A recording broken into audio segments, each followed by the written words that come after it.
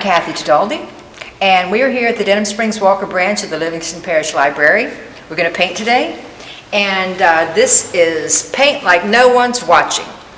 And so what we're working on today is this lovely painting of spring tulips. I just love tulips, and I've been waiting for a chance to make a painting, and so I started gathering up the pictures that I would need to put together a nice acrylic painting. We were doing beginning acrylic painting, and I'm going to make it simple enough that anybody can do it. Anybody can paint along or just watch for fun. Or if you're an experienced painter, then please feel free to paint your own version of this, and we'd love to see your results.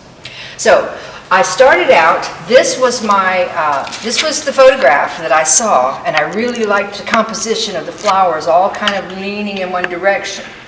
But I changed a few things on it. I like to start with several photographs and then take the best components out of each one to use for my painting.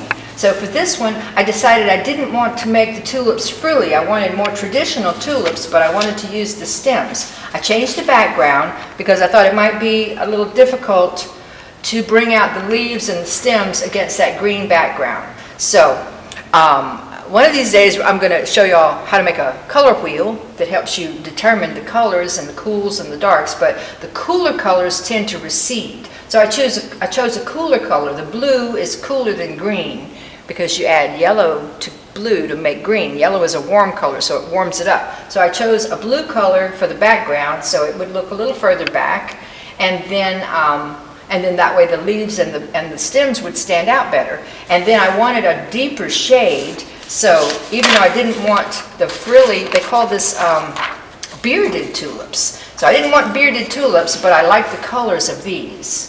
So I included that in my composition, and then these were the shapes that I was interested in using. So I found some photographs of regular standard tulips, and I used a little bit of all of these to look at whenever I was making my composition. So what we're going to do is we're going to sketch the tulips onto the canvas. I like to use pencil colors.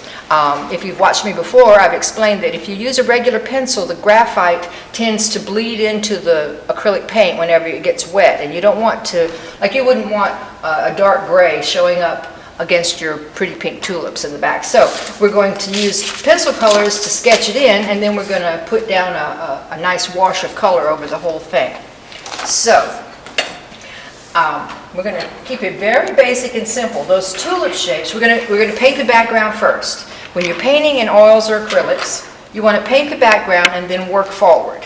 Because if I'm painting that tulip on top of the background, you don't want it, it looks like it's in front of it if you paint it after you did the background. So we're going to sketch in. The tulips are basically egg-shaped. So it's like we're going to put 1, 2, 3, 4, 5, 6 eggs onto the canvas, and then we're going to start painting around them. So one of them is kind of up here, kind of an egg shape there. We're just going to make it ovals, and then when we paint it, we can make it more of an egg. And then we've got 3 right here. They're not exactly in a perfect arch. I liked it to be a little bit off. So we've got one that's a little further up high, and then the one that's in front of that one, and then one that's down a little bit. We've got this one, and then this one at the bottom. I may have gone a little too far. Let's see. And at this point, you can always move things around. So maybe I made them too big. Another thing about painting, especially tulips, they're all the same size. So you want to be careful when you're painting it in that one... I made this mistake and had to go back and fix it because one of my tulips was bigger than the rest, and it just bugged me. It did not look right. So here's the 3 together. Then we've got one here, and this one out at the bottom. Let's see if I got that. This one's a little, I think I went too high with it. Okay, I'm gonna fix all that whenever I paint it in. I'm just roughing it in, as they say. So I'm going to use a green color to imply where the stems are. Now this one kind of comes up, it's almost straight. And then this one comes across it in an arc. This one's a little higher up. This one's almost parallel to that one. This one goes out more, and this one goes out, and it's shorter. So there's our stems we're going to work with. Of course, we're probably going to paint over that, and then we're going to freeform the leaves when we start in. So that, we've sketched in our composition. Move the pencils out of the way, and I'm going to start mixing the paint. Now this is a very limited palette that we're using today. I don't have any blacks or brown. I almost never use black anyway, but this is just, I'm going to show you my palette that I've got here. This is cerulean blue. If you don't have cerulean blue, you can use whatever blue you have. If it's an ultramarine or just a royal type of blue, you can you can make it look more cerulean by adding a little bit of yellow and some white. So cerulean blue, this is a sap green, and this is a permanent green. This is a cadmium yellow, and this is crimson, and then white. Anything that you have, you can work with. Any of the dark leafy greens, a nice yellow, not too lemony, and then whatever red you have to work with. You're going to see it changes maybe a little bit, but once we start blending it together, you're probably going to like your outcome. But this is the ones that I started out with. So for the background, I'm going to need a lot of it. That's why I'm using my palette knife. Quite often I mix my colors right on the canvas, but when I know I need a lot, I go ahead and use the palette knife. And as you can see, I left my blue a little darker around the edges and lighter behind the tulips. That effect tends to make the tulips stand out. So we're going to mix the blue and the white together right here on the palette.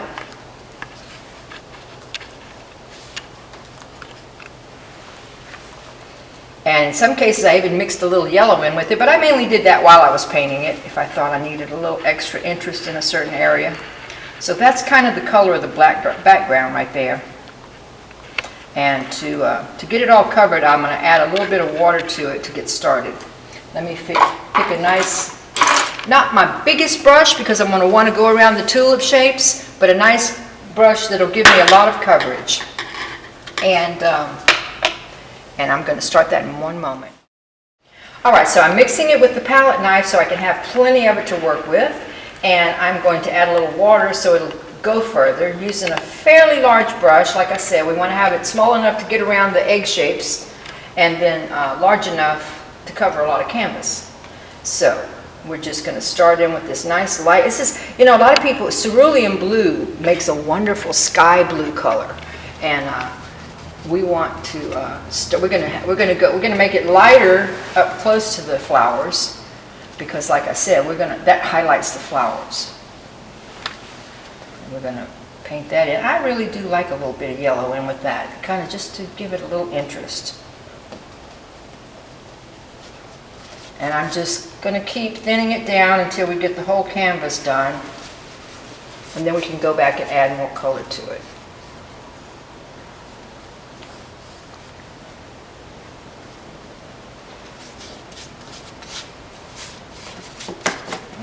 Want it all covered. A little dark in the corners here. Oh yeah. Yeah, cerulean, like I said, it's real good for a sky blue. It's like a Mediterranean sky blue. And then when you add white to it, it just is begging for clouds. But this is not supposed to be an outdoor painting. This is more of a still life, but it still makes a nice background color. Use whatever blue you have. Like I said, don't feel bad if you don't have cerulean. Don't feel like you've got to run out and buy it. But that is the one that I used.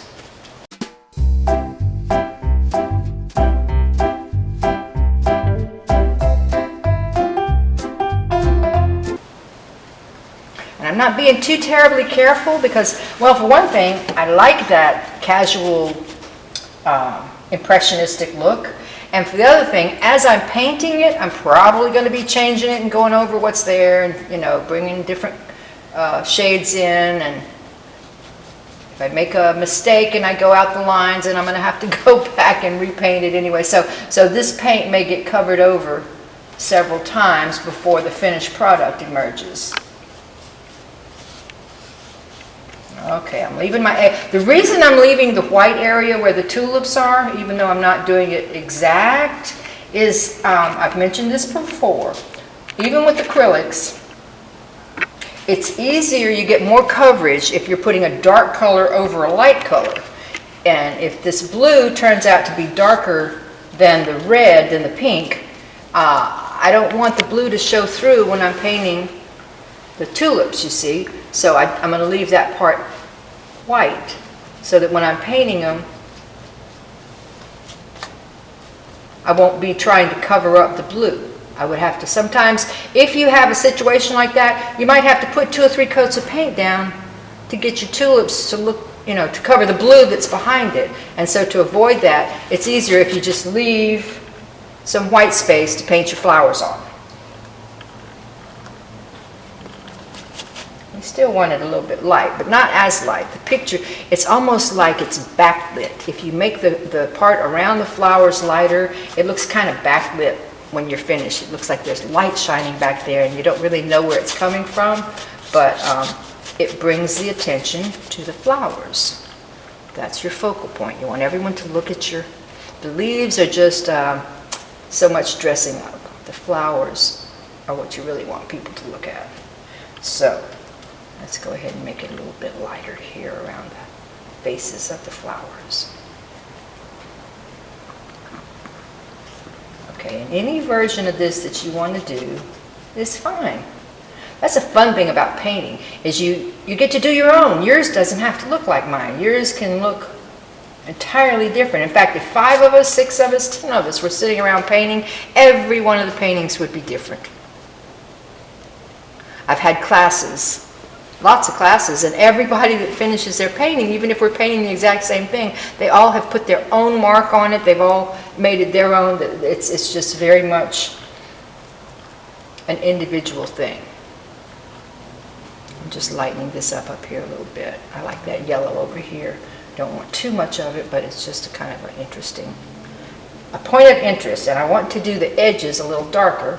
So let's get a little water before we get too far gone here and darken up the corners, because that will make the center look lighter in contrast. Blend it in, and with acrylics I'm working kind of fast because it dries fast. If we were working in oils, you could come back and be blending these colors, oh, tomorrow or the next day. But for acrylics, that's going to dry and not blend well pretty quickly.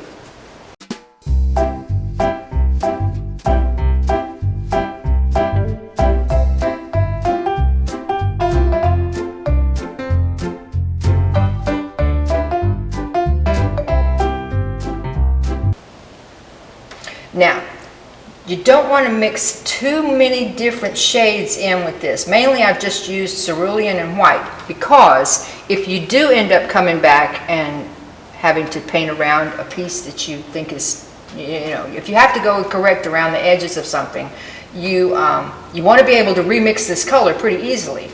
Sometimes it helps if you're mixing more colors than 1 or 2, to keep a lot of people do this anyway, is to keep a little pad of paper and take notes of the colors that you've mixed to get a particular look, or in an area. You might, you know, if you want the leaves, if you get the right color green that you really like, you might stop and jot down, okay, 1 part sap green, 2 parts permanent, 1 part yellow. And that way, if you have to go back and fix that leaf, you're not trying to figure out, now how did I get that particular shade of green?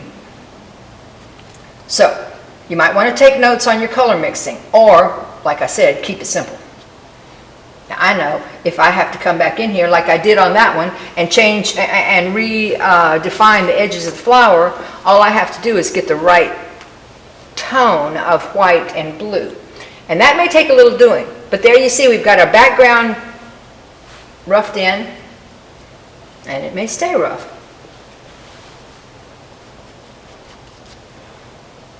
All right, there's our background.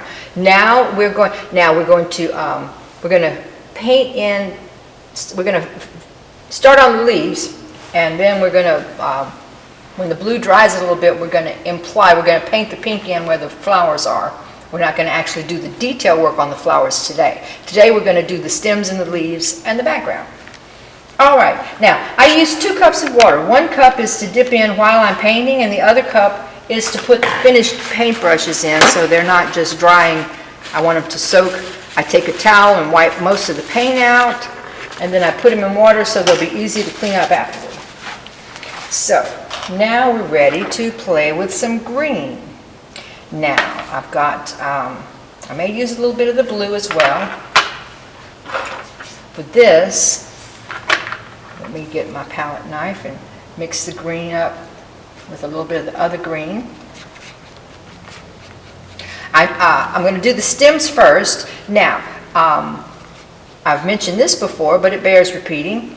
When I'm doing, for the flowers or the leaves, there's darks and there's lights. And I tend to start with the mid-range color. I go with a medium green, and then I can go in and put highlights and lowlights or shadows. And so we're going to start with a medium green, and we're going to rough in. We're going to paint the stems in and get all of that. It's part of the composition. We're kind of creating the composition and how your eye is led across the canvas. Okay? All right. Got a pretty good green there. Now for the stems, I'm going to use a fairly narrow flat brush for the stems. If you wanted to, you could use one of your rounds, but rounds tend to spread out when you make a line, and you want this line to be kind of uniform. So get it wet. We're going to get a nice medium light green. I might even go with a smaller one than this. We'll see. We'll see. I got a little smaller for that one. Oh yeah. Okay, I think I'm going to go with the smaller one. This looks like it might be a little too wide, so.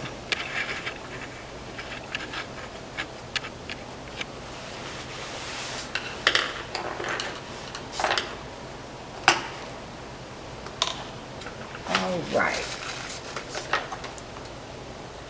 A little water thins it out. Also, I have mixed up, I have the retardant, and sometimes I mix the retardant with water so it'll spray, and that keeps my paint from drying too fast. So, even though I don't dip in it, it keeps the paint nice and moist for me so that it doesn't dry out while I'm painting. So now that I've got a nice little tiny, small, flat brush, that's going to be our stems. And I'm going to get in a little closer here. Can you still see me good there? Yes. All right. And I'm going to paint, since I'm right-handed, I'm going to paint from left to right so I'm not smearing. If I started over here, I might have my hand in the wet paint. So I'm going to start up here, and going from the painting that I'm looking at back there, this one is almost, it's at an angle, but it's almost straight down. So this one is a straight line. Okay, I still need to get in a little bit closer. Let me move around here. Okay, so this one is a straight line, kind of coming down this way. All right, that's the placement of it. We want it to. This is a straight line, and you might want to prop your hand up, keep your hand steady. If people say, "Oh, I can't draw a straight line," well, that's what they make rulers for. So when you're painting, you're just implying a straight line. We just want to get this blocked in. We're going to come back. The leaves are going to be all around this. And we're going to come back with some highlights and lowlights next. But for now, that's where that stem is going to be. This one curves and cuts right across it. So we're going to start here and come right across it in this nice arc.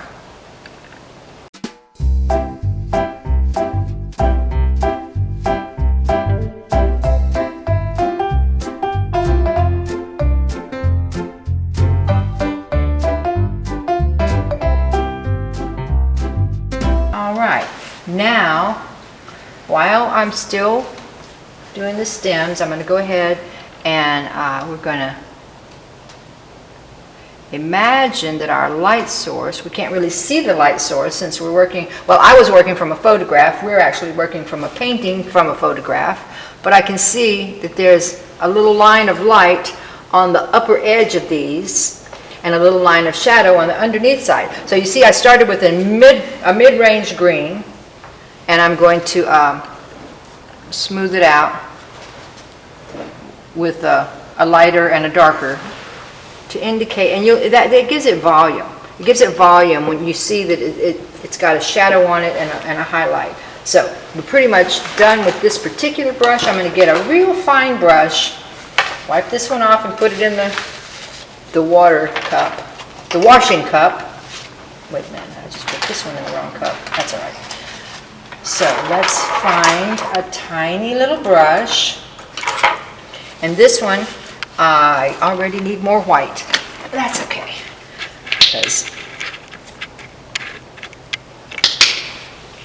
because the highlights for the green, for the stems, is just simply taking that same green that we mixed. Now we mixed sap green with a little permanent green and some yellow to get the color of the stems. And to get the highlight, I'm just going to add white to that. I'm just going to mix a little white into that green. We don't want it white.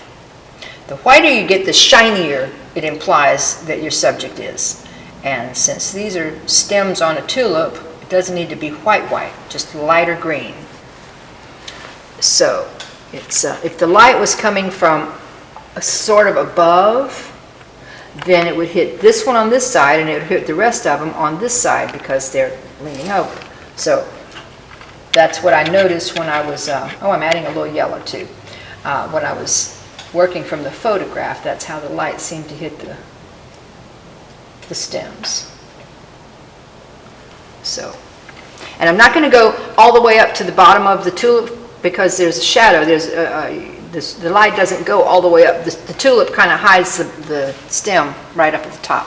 So the highlight would start down a little bit, not too far.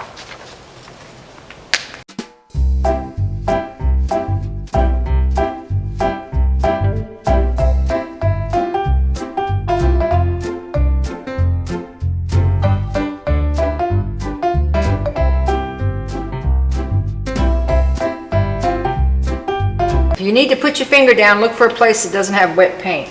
This is why the professionals use that stick across the canvas. And I have done that before, I just never really gotten in the habit of it. Maybe I should. But if you have like a yardstick or some ruler or something, if you prop it here, it gives your hand something to rest on while you're doing that detail work in the middle.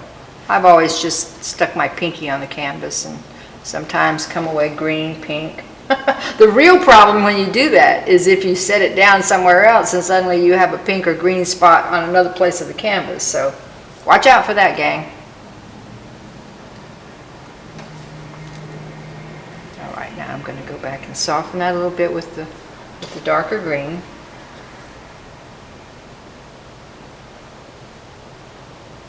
I'm a big fan of the Impressionist painters. And so I always forgive myself if things don't come out just absolutely perfect because it's all right. The further away you get from it, the more perfect it looks. Now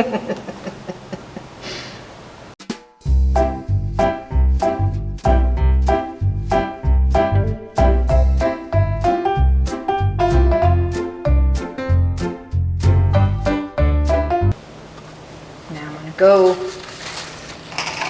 same little skinny tiny brush, and I'm going to go with a darker. I'm going to go with just strictly sap green. Now sap green tends to be a little bit translucent. It doesn't always have the coverage, and so I might mix a little bit of blue with that. Now do you recall what I said you do to make a dark color? Instead of adding black or brown, you use the complementary color, the color that's opposite on the color wheel, which in green, the complementary color is red. So if I really want to darken this, get this. If you want to look at the palette here for a second, I'm going to show you, well, I'll move it over. I'm going to show you to darken this green. See, I've got this green over here. Now that might be dark enough, but I'm going to prepare a little bit that's even darker by mixing a touch of red into it. Mix a little touch of red in, and right before your eyes it turns into a beautiful dark green. And that's how I like to darken things, by adding a complementary color into it. See that? Almost a brown. And well, it is a brown. It's a gray green, and the more of the green you add to it, the more it looks like a dark green rather than a brown. But red and green make a lovely darkening agent for the red or the green. And then put a little blue in with that. Okay, now we're just going to thin this out once again, if you wanted to write this down and say, oh, to get that green, I mixed sap green with my crimson and put a little bit of the cerulean blue in, then you wouldn't have any trouble going back and finding that color again. Okay, let's see, how can I keep my color handy? And okay, there we go. All right, I'm going to put this on the underneath side since it's the shadow. We want it on the underneath side of the stem, just to show that's the part that's not getting much light.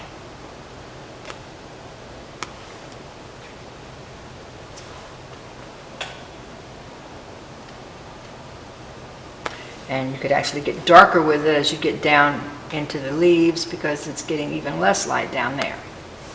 But I don't want it to be quite that severe, so I'm taking my original medium green and I'm going to go back next to it and kind of blend it, just kind of make that shadow less severe and more gradual.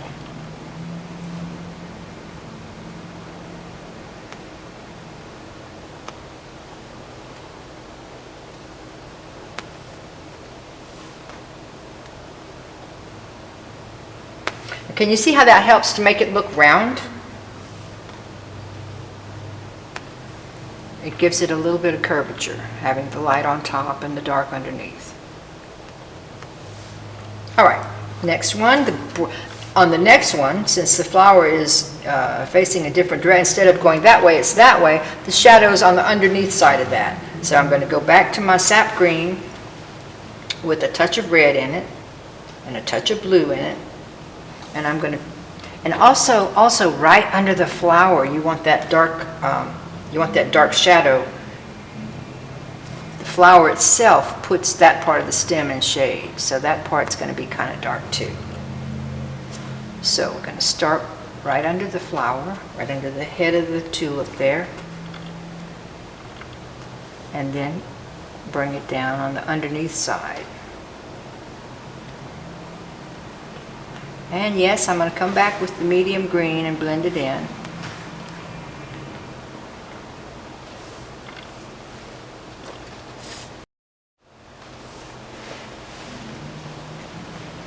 Oh, see the pinky thing? Boy, I brought that on myself talking about it, didn't I? Ah! Words are powerful. You create what you talk about.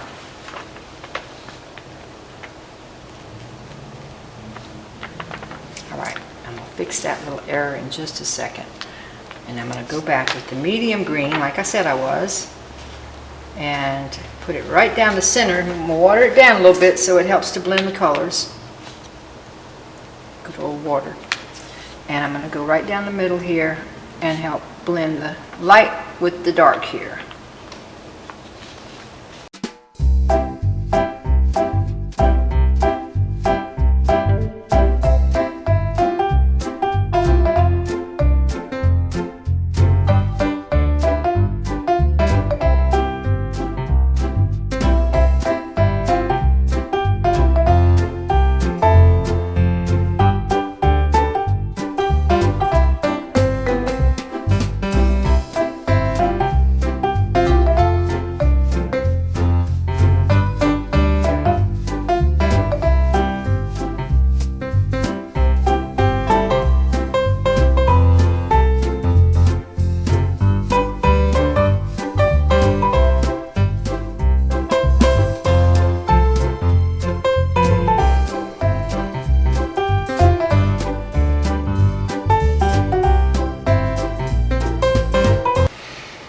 I'm kind of happy with that.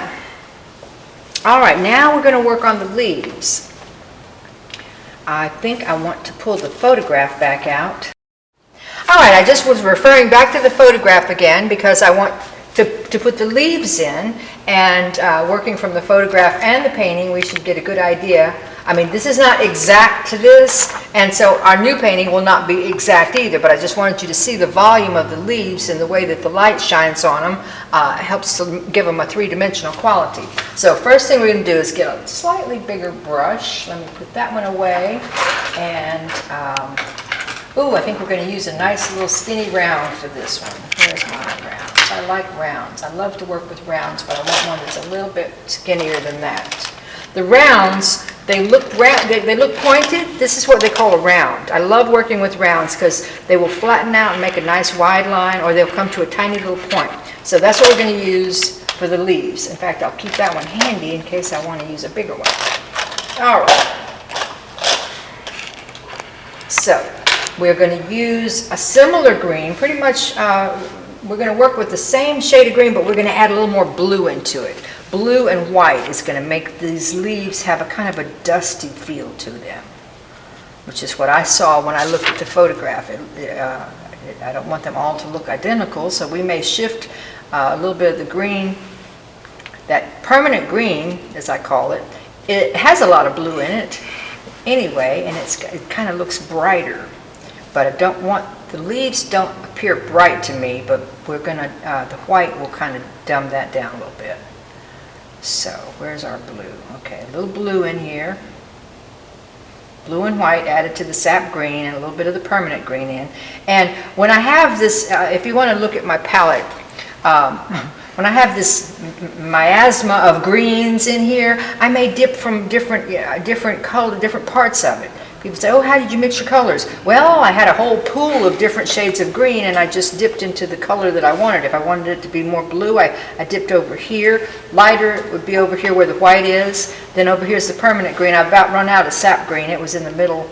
We might have to get some more of that. But that's a good color for the leaves. So we're going to, once again, starting with the mid-range, we're going to paint them in, and then we're going to go back with the highlights and the shadows to make them come to life a little bit. So we're going to start over here on the side. I had a nice, and they look kind of fleshy. The tulip leaves, they have a little body. They have texture. So I'm going to start over here and paint one that kind of goes off the side. Pretend that it's continuing to. It's got a life of its own outside of the picture frame.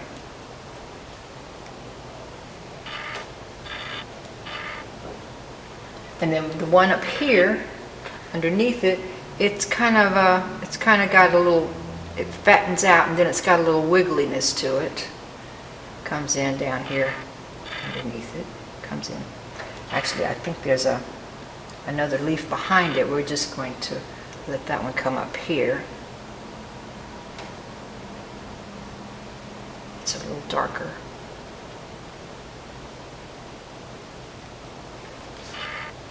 This is the one that was in front.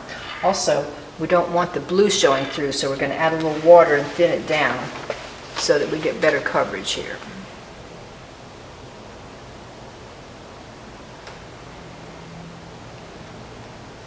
We're going to come back with, like I said, highlights and lowlights to shape it up a little bit more.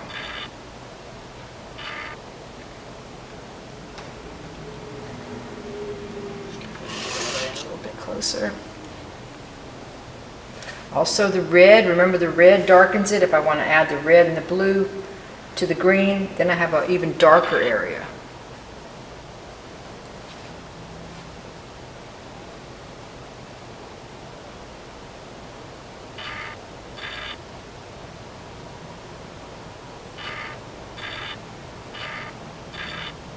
So at this point I'm kind of planning where I'm going to have there's actually white lines that define the edges of these leaves, and I tried to put that in the highlights of the first painting. So we're going to have some of that. You're thinking ahead where you're going to have your white highlights show up on the leaves here to bring them into focus a little bit. So there's the leaves. Well, this one is actually enveloped. This one has a leaf. Okay, now we're going to use a slightly lighter green. The leaf that comes up is attached to this one. This is the leaf for this flower, but it's behind this one. I should have painted it first. You'll see what I mean. When you're trying to paint something that's behind it, it's a lot more believable if you're not painting up next to the other one. And it comes up like so. Ooh, what a lovely shape. All right, you want to keep that. It's crisscrossed by another one that comes down and is attached to this one. So we're going to have that one as well behind it. We're going to paint that first. Behind it, coming down here, big blade of a leaf comes down and attaches to that.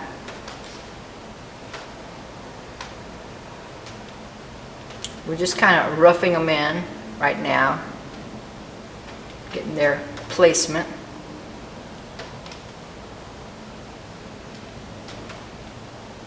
We don't want to mess up our lovely stems that we painted.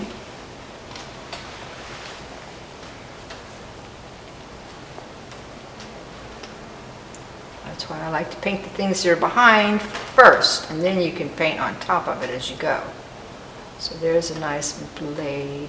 I can always go back and touch up that stem, which is probably what we're going to end up doing after I get through painting the leaf.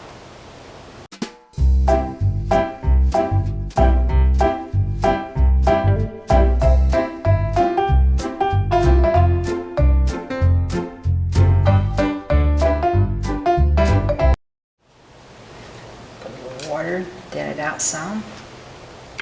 Okay, so you can see we've kind of got a forest of leaves here that we've applied, and we're going to go back and give it some shadow and light, and I'm going to use a smaller brush for that, but we've got them pretty much where we want them. We've got them fleshed in the areas that we want to have leaves.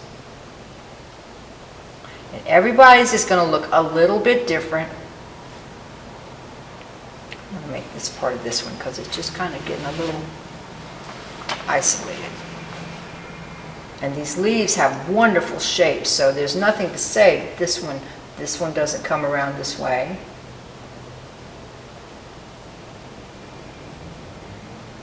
There's a lot to be said for negative space. Like when you're done, this blue shape right here is going to stand out. That's what's known as negative space. When you have created a shape that comes from the background, you know, it actually works with the composition. When you have negative space, you don't want to paint it all green. You want to have some of the background coming through to show that it's not a one solid mass. Same thing happens when you're painting trees. You don't want to just paint all green because the leaves are not that dense. You want to have some negative space coming through to show that there's an air quality about it. All right, so now I'm going to just change to a smaller brush, wipe some of this paint off. One of my little rounds that I've saved out here is going to be just perfect to do a little bit fine tuning here. Once again, I'm going to work from left to right so I'm not smearing. Hopefully I won't put my finger down in it. And we're going to do the highlights after we do the shadows. So right now I'm going to take that red, like I said, I was making shadows. Let me get a little more red. Oh, I never did go back and paint them. Well, we'll flesh them in at the end. At the end, we'll paint the pink in. We're going to work on the tulips on the next program. Next week, we're going to go back and do all the detail work for the actual tulips. But I will mix up a little pink, and you can get an idea of what it's going to look like before we end. So for now, I'm just making a nice dark green by, oh, I need some more sap green because I've mixed the red and the blue. Sap green right where it started there, right in the middle. Such a lovely, I love painting. Sap green and hooker's green have a very natural look to them. They don't look artificial at all. They look like a good leaf color. When I'm doing landscapes and leaves, that's my two standbys there I like to use. You can mix a similar color. You can get to it, but if you want it just straight from the tube, that's the two that I like. All right, now I've mixed a little blue and red to get the shading. And I might change it from one to the next because we don't want them all to look exactly the same. So I might put a little bit more blue in, oop, that's a lot of blue, in that shadow, which is behind that one. Put a little red in this shadow here.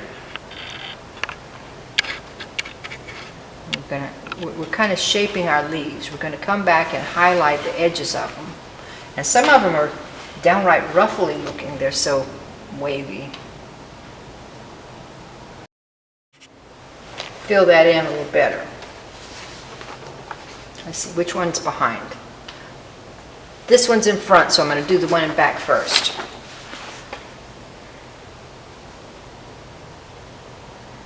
That's too dark. A little too dark. I just want plain old sap green. Maybe even lighten it up with a little blue.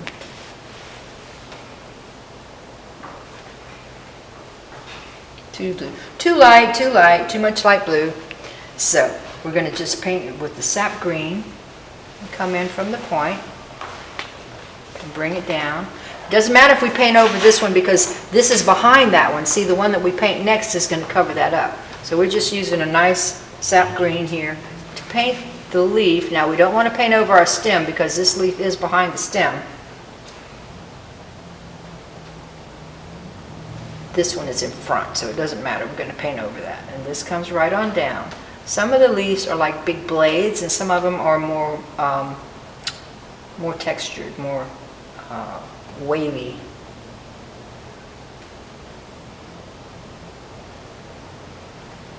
Now the one in front of that, this one goes in front of it. I'm going to make it a little bit lighter colored, just slightly. I'm mixing a little bit of light blue in with the green. And I want it wet enough. If you want, like, to get that little point at the top, you want it to be nice and fluid. So I got too much paint. Let me get some of that off. Okay.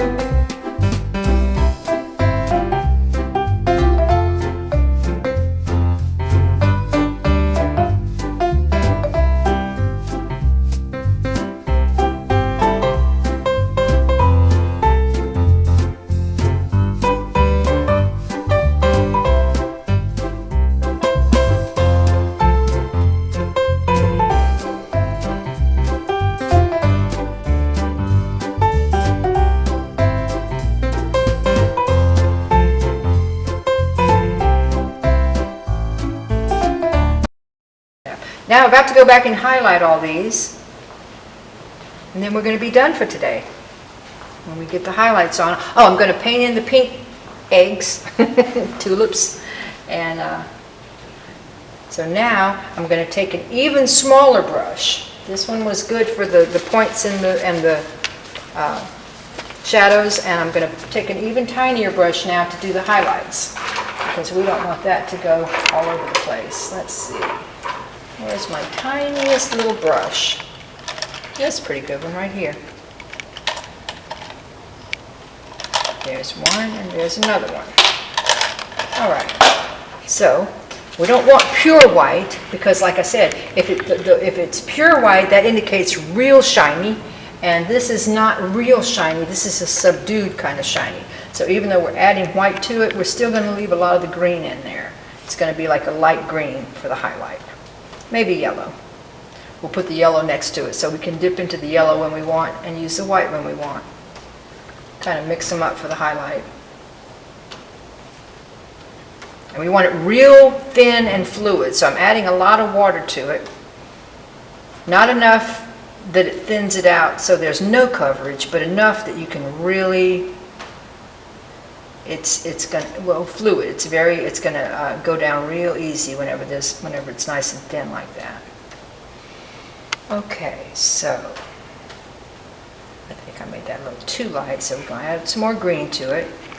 Okay, we'll see that. We'll start with that. And sometimes I actually just run the brush on a clean piece of the palette so that I can get the point nice and thin. All right, we're going to start over here. Working from your left to your right once again. I'm going to start putting in some highlights. Oh, that's a little too light. Okay, if it's too light, just poke it right into the darker green.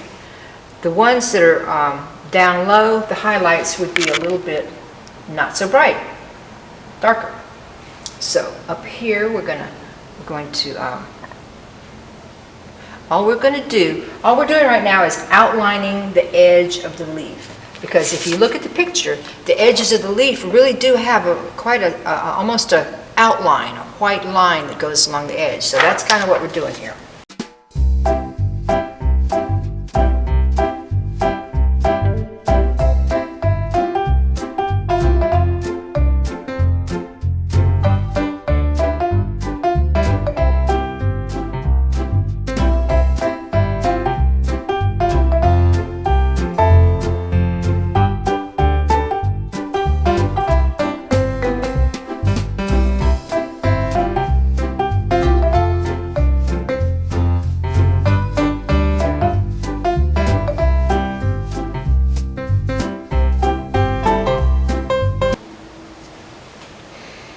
I am kind of happy with it. I think I'm going to stop now and live with it. You can always go back if you want to change something. I like to step away from my canvas from time to time and look at it and decide if I want to, oop, too light, Kathy. All right. Decide if you want to go back in and when you back away, let your eyes focus on something else, and then you come back and you, that's not dark enough. I'm messing up my work here. There we go. Let your eyes focus on something else, and then you look at it, and you can say, oh, I see something I need to do, or oh, I really like that, or, it gives you a better perspective whenever you step away and then come back and look at it. All right, we finished our leaves, and I know I said we were going to pink in the flowers, but I think I'm going to leave that for next time. Next week, we're going to do the beautiful coral-colored tulips. We're going to paint them in and do the detail work, and you can see this one is going to look more like that next week. But you enjoy painting your greenery today. If you want to play around with it and work on it on your own, you're welcome to do that. But come back and join us next week, and you'll see what we do to make the tulips look tulipy. And I want to thank you for watching. I want you to stay happy and stay safe and keep reading.